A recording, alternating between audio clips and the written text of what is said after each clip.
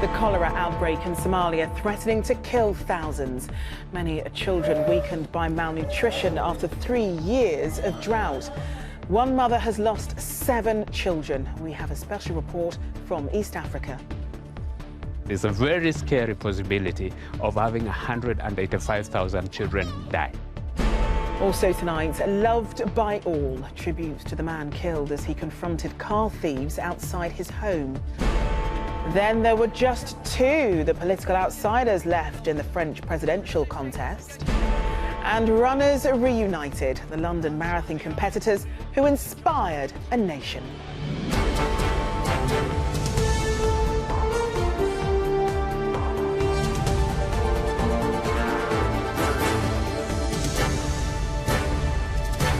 This is the ITV Evening News with Charlene White. Good evening. We start tonight with a special report on the new horror stalking tens of thousands of starving children in Somalia. Desperate families are fleeing the drought in search for food, but shadowing them every step of the way is cholera. The disease has already claimed hundreds of lives this year, and the outbreak is spreading. One charity told ITV News it fears nearly 200,000 children could die. As part of our Fighting Famine series, our Africa correspondent John Ray has returned to Somalia.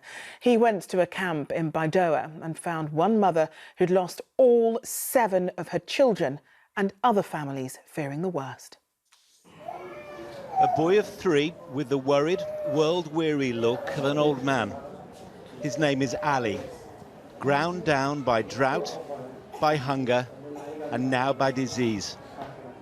It's preying too on his baby brother, preying on so many children with empty stomachs, stalking so many whose resistance is worn down that they fill this hospital ward, young life wasting away. Where Maria Hussein weeps over her daughter. I'm so scared, only Allah can help her, she says. It happened so suddenly, she wouldn't even cry. Suez was slowly starving. Cholera threatened a quick death. Cholera, they killed a patient within hours. Approximately they call 6 hours can kill the patient if it's not getting enough treatment. From Somalia's parched scrublands to the crowded camps they come, to escape a drought now in a 3rd long year without let-up. From villages where crops have withered, cattle have died, and dried-up wells are easily contaminated.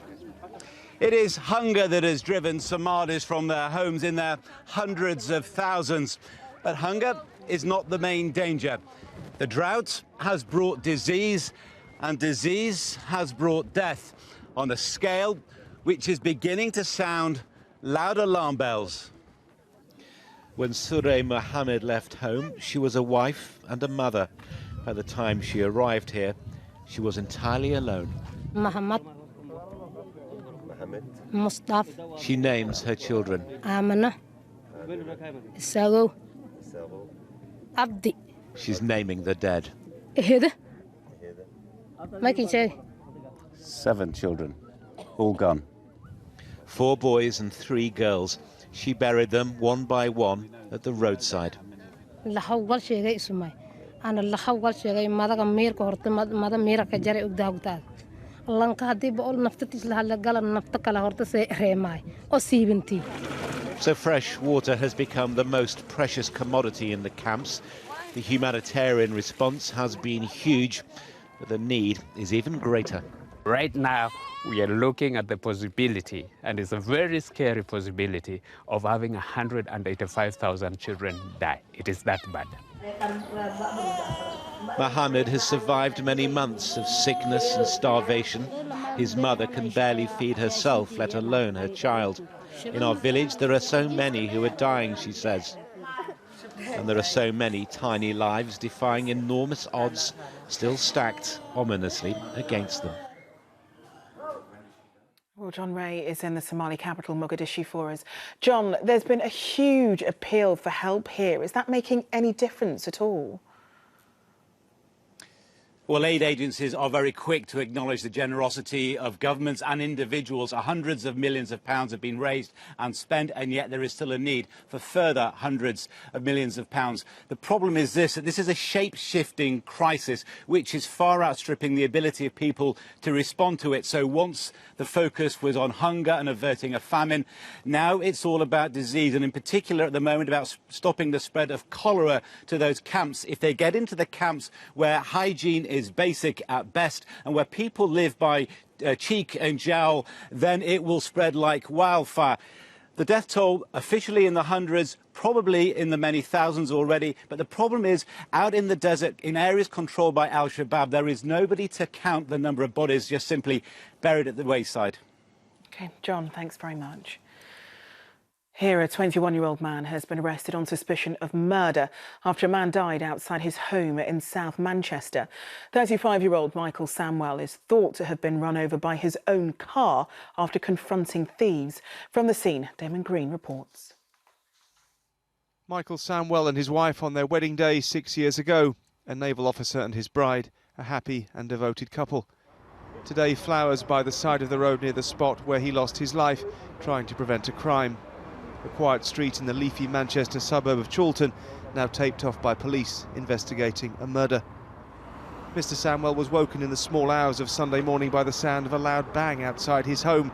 Witnesses have described hearing the sound of shouting before the 35-year-old was found lying in the parking area with serious injuries. It's believed he'd been run over by his own car. Today, people in Chorlton who knew him spoke of their shock. Can't believe that somebody would steal, somebody's car and run them over. What's the point of that, really? He was always cheerful. He had a lovely smile, and he always had a good morning to all his neighbours and stuff. So, yeah, he'll be sadly missed. His widow, Jessica, seen here in a brown coat, left the family home this afternoon in the care of Greater Manchester Police. Neighbours spoke of their sympathy for the young woman left behind by this tragic death. I just wanted to say a little prayer and pay my respects.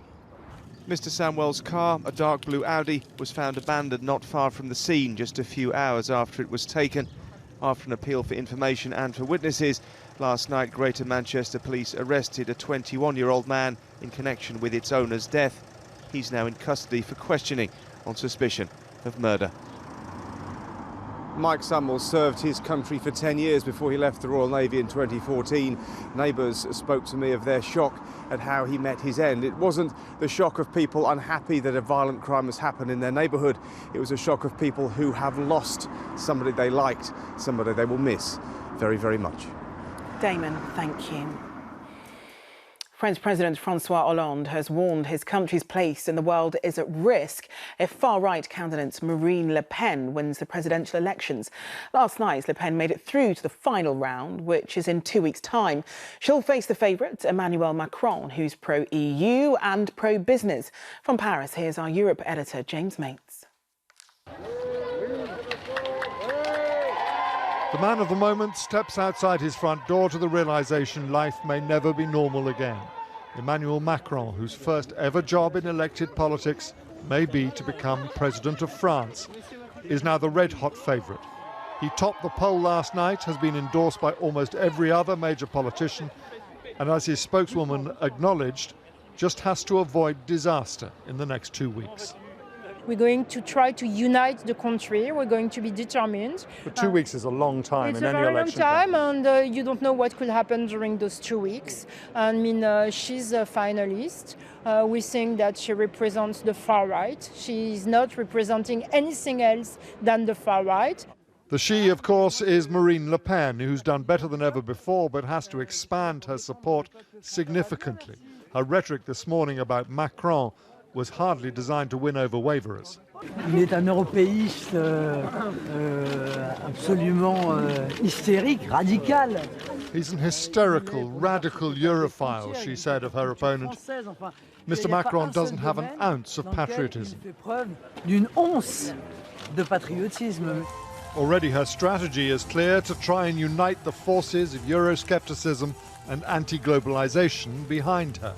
The debate between globalism on one side, that is free trade, completely opening the borders to all influx of people, goods and financial funds and so on. And on the other side, defending and protecting national identity. Whatever else, France will have a clear choice in 2 weeks' time. They're at a fork in the road at which this country can choose to go in radically different directions. From a UK point of view, President Macron will not make Brexit negotiations any easier. He's very close to Germany. He's committed to maintaining the unity of the remaining 27 once Britain's gone. He's likely to push for a pretty tough bargain. James Mates, ITV News, Paris. Labour leader Jeremy Corbyn started the first full week of election campaigning in Scotland. He appealed for voters there to return to the party after they were all but wiped out 2 years ago. The Lib Dems announced a surge in support, but there were also some awkward questions for the party's leader, Tim Farron, as our political correspondent Paul Brand reports. He can sign his executive orders with it. And if he does use that gift as Prime Minister, the unions hope he'll pen plenty more speeches like today's. Jeremy Corbyn came to Scotland to give the Trade Union Conference a gift of his own, a promise to overturn laws which limit strikes, in a pitch to Labour's left. The Labour Party will always cherish, sustain and protect our relationship with the trade union movement. You are our DNA, you are our family, and we will never, ever apologise for the closeness of our relationship with you. It was enough to please the Communist Party, who won't stand against Labour this time. Back in Jeremy Corbyn's home city, the Lib Dems were moving in, chasing Remain voters in London as they enjoy a surge in support. This morning, we got to 100,000 members. But are voters as enthused by Tim Farron, who continues to struggle with questions about his beliefs, like this one from ITV? You say you're open and tolerant on your placards, and yet you won't say whether you think having gay sex is a sin or not. Well, you won't answer. I think it's fair to say that I've answered the question. But you'll be asked this time and time again. I think it's fair to say I've answered the question, but thank you. He wasn't the only party leader avoiding questions today. The NEC's meeting at the end of the week. I can't say anything before that. Paul Nuttall still won't say if he'll stand in this election, as UKIP unveiled a pledge to ban face veils in public. Is this UKIP sort of tacking to the right now? Well, I mean, in ways, how is this tacking to the right? Because this is the kind of rhetoric that you would hear from some fairly far-right parties. Well, no, but what about, for example, thinking that the veil is a bad thing, about thinking Sharia law treats women badly? How are these things tacking to the right? The Conservatives left them all to it today, just a quiet visit to Bristol by the Defence Secretary. Sometimes, when you think you're winning, it's best to sit it out. Paul Brand, ITV News. Still to come on the ITV Evening News, what matters to young voters at the general election? We have a special report from Bury. And the kindness of a stranger, the runners who captured the spirit of the London Marathon. All those stories and more after the break.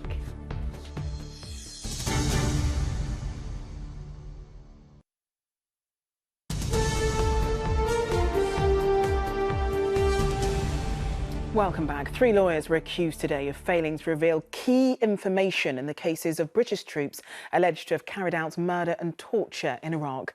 A tribunal heard the solicitors and law firm Lee Day knew their clients were members of a murderous Iraqi militia, and they could have spared British soldiers and their family years of worry and torment. Juliet Bremner has more. Solicitors on trial. Martin Day, boss of law firm Lee Day, flanked by senior partner Sapna Malik in the orange scarf and Anna Crowther. They face charges of maintaining false allegations against British soldiers serving in Iraq. Charges that stem from events in 2004, when British troops released the bodies of 20 insurgents killed after an ambush and gun battle near Basra. Iraqi families and Lee Day claimed many had been tortured, murdered and mutilated, none of which was true. Today, the tribunal was told if they had discharged their duties, British soldiers and their families would not have had to endure the torment of years of worry. Here at the disciplinary tribunal, they heard that solicitors from Lee Day had known about a key document for more than 9 years, but failed to hand it in. It would have shown that many of those claiming compensation belonged to the Medi army and were fighting the British, not innocent bystanders, as their lawyers had claimed. If the document had been available, the £29 million Al-Swedi inquiry would probably never have been ordered, it was claimed. All the solicitors deny the allegations, saying they will defend themselves vigorously. Juliet Bremner, ITV News. A British-Iranian woman jailed in Iran for allegedly plotting to overthrow the government has lost the final appeal against her 5-year sentence. Nazanin Zaghari-Ratcliffe was held in Tehran while visiting family with her baby daughter. Her husband says the only solution to her fate now is political. And Sheffield United could be about to re-sign footballer Ched Evans. He was cleared last year of raping a 19-year-old. He's due to undergo a medical this week. Now, all this week, we're gauging the views of different people across the UK ahead of June's election. Well, tonight we hear from young voters. There's been a spike in the number of under-25s registering to vote, and they could prove decisive in marginal seats. Well, in the first of our series, Martin Geisler reports from Bury North on what matters to young people there. Bury North is a bellwether constituency. The way it votes tends to reflect the mood of the country as a whole. We've come here to speak to one group of people, young voters like Sidra Ashgar. She's just turned 18. Still at school, she's preparing to go to university, but she's thinking further ahead. Britain's lack of affordable housing is a major worry for her. I would like to buy, obviously a house and have a family, but I think that is very far set at the moment. I don't think I would see that happening in the nearer future just because of the cost. The cost is great. And you want somebody to do something about that? Yeah. When the council here cut back on refuse collections, Josh Morris bought a bin lorry and offered the service himself. At 25, he now runs a thriving small business, but he doesn't like the way some large firms are allowed to behave. I really think that tax avoidance is the biggest problem in society at the minute. I think a lot of other problems that stem from it in terms of the NHS, prisons, social care, council cutbacks, all stem from the fact that we can't seem to bring in enough money and people don't seem to pay the fair share. Across town, Rachel Cookson spends her days looking after residents at a retirement home. She's concerned about the state of the health service, a national emergency, she says. I feel like something really needs to be done, so if a politician turned around and said they were going to concentrate on improving the NHS, doing things to improve the service that our residents are getting, then yeah, I think that would get my vote. More than 100,000 under-25s have registered to vote in the days since the election was called. Often overlooked, they are now engaged and ready to choose who shapes their future. Martin Geisler, ITV News, Bury. And finally, 2 runners who summed up the enduring spirit of Sunday's London Marathon were reunited today. Matthew Rees sacrificed his own race to help David Wyeth cross the finishing line. It was an act that won the hearts of those who saw it, including royalty. They told Lucy Watson it's a moment neither of them will ever forget. Their success is down to compassion and camaraderie, the spirit of the London Marathon. Because after 26 miles, David Wyeth's body simply shut down, 200 metres from the finish. But Matthew stopped to help him. I was saying, you can make it to the end, just stick with me, I won't leave you, and the end's in sight. I kept on pointing forward to show him that the finish line was in sight. David was like, go on, but I didn't want to leave him in case the steward took him to the side or whatever, and that if he hadn't finished, I would have felt awful. That's quite an alarming scenario to be in. You're not in control. And that was a sure sign that my body was packing in. And their determination was applauded by the crowds, including the royal family. And you can see Prince William and Prince Harry looking out and just in disbelief at what they're seeing. It is competitive, but it's also humanity and we're people, and if someone's struggling, you're going to help them. Such a selfless act enabled both men to succeed yesterday. A casual shake of the hand, a sign of mutual respect. How do you thank a man like Matthew for doing that for you? I don't know how to thank him, really. I mean, he's just a gentleman and such a decent guy to have done what he did. It's a marathon I'll never forget, and crossing the line with David is a special moment and one that will live with me forever. So from a test of extreme human endurance came friendship. Lucy Watson, ITV News. Honestly, sometimes nothing compares to the kindness of strangers, does it? OK, that's all for now. Tom Bradby will be here with the news at 10. But for me and all of the team here, enjoy the rest of your evening. Goodbye.